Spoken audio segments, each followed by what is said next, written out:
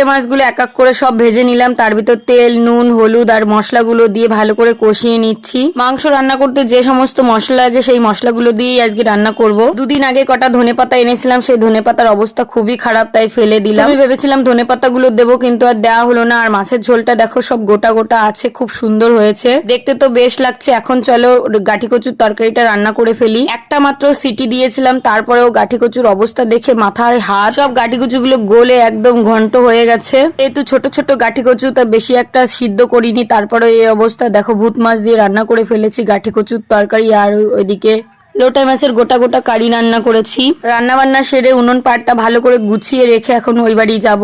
আর আমার ছাদের গাছে কত সুন্দর ড্রাগন ফুল ফুটেছে, একটা ডালে প্রায় 20-25টা করে। কিন্তু এরপরেও দুঃখের বিষয়, অনেক ফুলই কিন্তু এই সময় মারা যাচ্ছে। এবার বেশি একটা ফুল আসেনি আগেবারের তুলনায়। তারপরেও দেখলাম গাছে একটা ফল পেকে আছে। জামা কাপড়গুলো ধুয়ে একদম মেলে দিচ্ছি।